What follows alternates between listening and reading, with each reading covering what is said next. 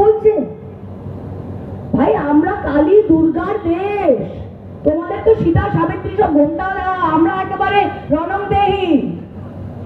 আমাকে তো দেখলেই ওরা ভয় পেয়ে যায়, বলে বাপ রে বাপ রে বাপ, এ তো বঙ্গালা নাই হে, তন্ত্রা বন্ত্রা জানতি হে, দেখলেই ভয় পেয়ে যায় ওরা। আমাকে সবাই বলে দিদি আপনার ভয় লাগে না?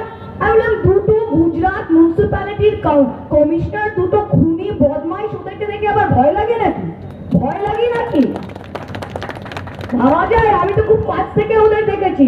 ওরা ভেবেছিল আমাকে বহিষ্কার করে দেবে, আমার নাক কান কেটে দেবে, লাজ কেটে দেবে, আমার শিং কেটে দেবে, সবকিছু কেটে দেবে, আমি চুপচাপ বাড়ি হয়ে যাব। ওরা আমাদের চেনা যাবে। আমি ডবল গিয়ে এমন কামড় দিয়েছি, 1 লাখ ভোটে জিতে ওর মুখে ঝাড়া ঘষে দেবো। এখন আমি দেখ না কিভাবে থামা।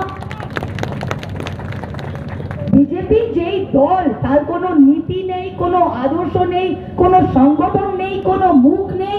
মোদি মোদি মোদি মোদি মোদি, মোদির মতো বড় মিথ্যাবাদী প্রধানমন্ত্রী, কোন প্রধানমন্ত্রী কেন, খুব কম মানুষ আমরা দেখেছি। আজকে এটা ভারতবর্ষের কলঙ্ক, ভারতবর্ষের ইতিহাসের একটা কালো চ্যাপ্টার যে এরকম প্রধানমন্ত্রী মিথ্যাবাদী। प्रधानमंत्री बोलছে 84 साले हम कलकत्ता आए थे, हम जब बच्चा थे तब हम कलकत्ता मेट्रो पे चढ़े। अरे भाई 84 साले মোদির বয়স 1950 জন্মগ্রহণ করেছে মোদি, 1983 সালে তার বয়স 34। 34 বছরে তুমি বাচ্চা ছিলে? তুমি তখন এসেছিলে? বাজে কথা বলার জায়গা পাইনি মোদি। আচ্ছা বলেন তো, মমতাদিকে আপনারা সবাই জানেন, মমতাদির কালীঘাটে বাড়ি।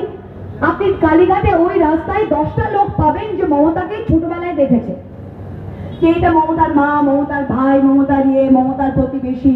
আমার বাড়িতে যারা, আমার বাপের বাড়ি আলিপুরে, সবাই চেনে যা এটা মঞ্জু মৈত্র, দুলাল মৈত্রর মেয়ে, বিদেশে পড়তে গেছে, পড়াশোনা করেছে, এসছে, সবাই জানে। আমি যে স্কুলে পড়েছি, আমার 10টা বন্ধু আছে যে ক্লাস 5 থেকে ক্লাস 10 অব্দি আমার সাথে পড়েছে।